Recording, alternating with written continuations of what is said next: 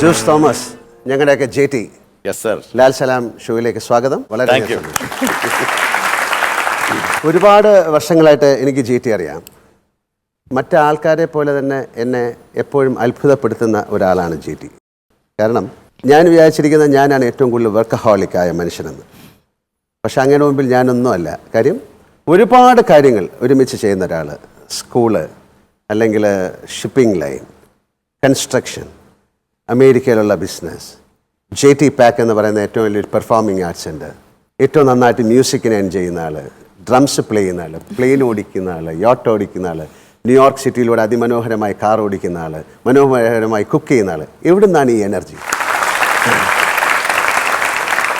ആദ്യം തന്നെ എനിക്കിതിനൊരു ഭാഗ്യമുണ്ടായതിന് ഞാൻ ദൈവത്തോട് നന്ദി പറയുകയാണ്. മോഹൻലാൽ എന്ന് പറയുന്ന ഈ മഹാവ്യക്തിയുടെ കൂടെ ഇതുപോലത്തെ ഒരു പ്രോഗ്രാം ചെയ്യാൻ എനിക്കുണ്ടായ ഭാഗ്യം.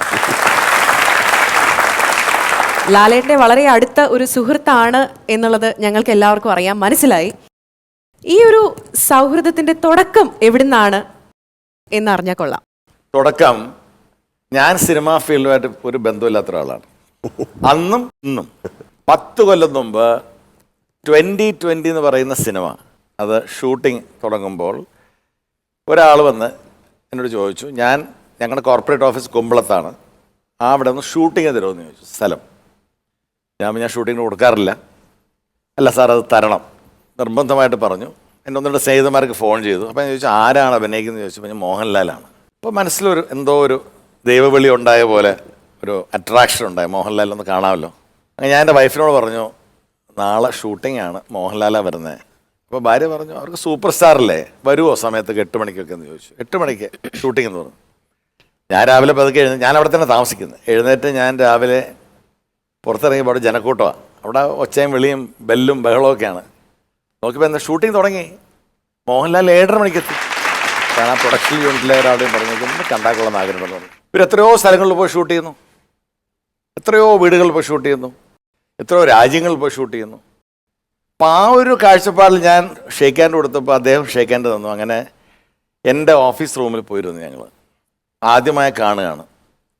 1 മണിക്കൂറിനകം ഉണ്ടായത് ഞങ്ങൾ തമ്മിലൊരു ഒരു മാനസിക കണക്ഷൻ ഉണ്ടായിട്ട് എൻ്റെ മൂത്ത മകൾക്ക് ഇദ്ദേഹം ഒരു കല്യാണം ആലോചിച്ചു.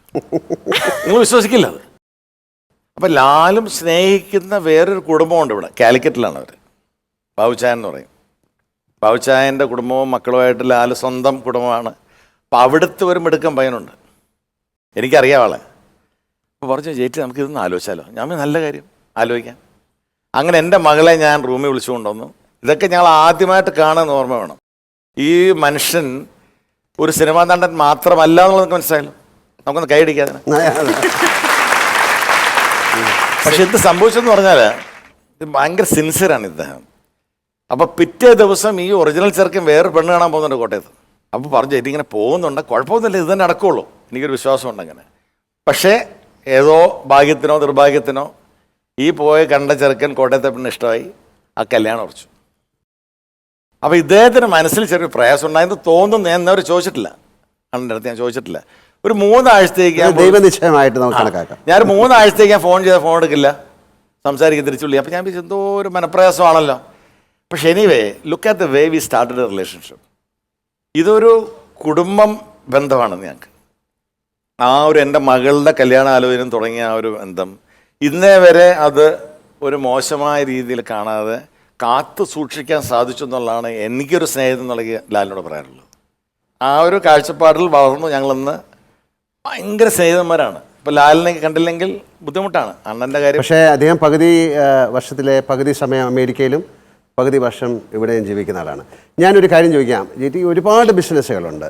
ഒരു പക്ഷേ അമേരിക്കയിലെ ഏറ്റവും അറിയപ്പെടുന്ന ഒരു ബ്രാൻഡ് നിങ്ങളുടെയാണ്, ടേസ്റ്റി ചോയ്സ് എന്ന് പറയുന്ന ഫുഡ്. നിങ്ങൾക്ക് സ്കൂളുണ്ട്, ഷിപ്പിംഗ്, കൺസ്ട്രക്ഷൻ. അങ്ങേക്ക് ഏതിനോടാണ് ഏറ്റവും കൂടുതൽ ആഭിമുഖ്യം? എനിക്ക് ഏറ്റവും താല്പര്യം എൻ്റെ വിദ്യാഭ്യാസ രംഗത്തോടാണ്.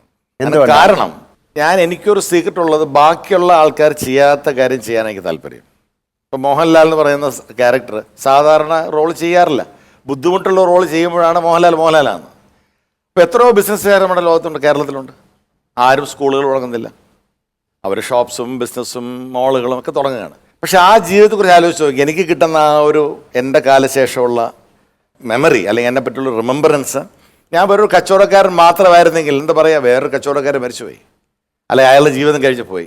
പക്ഷെ ഞാൻ അതുകൊണ്ടാണല്ലോ, അത് മാത്രമല്ല, because I am able to contribute to the next generation. That is why. ഒരുപാട് നന്മകളുള്ള നിങ്ങൾക്ക് ഇനിയും 1000 വർഷങ്ങൾ ജീവിക്കാനും ഒരുപാട് കുട്ടികളെയും ഒരുപാട് എംപ്ലോയീസിനെയും നോക്കാനും ഒക്കെയുള്ള ഭാഗ്യമുണ്ടാകട്ടെ. ഈ ഷോയിലേക്ക് വന്നതിന് 1 കോടി താങ്ക്സ്.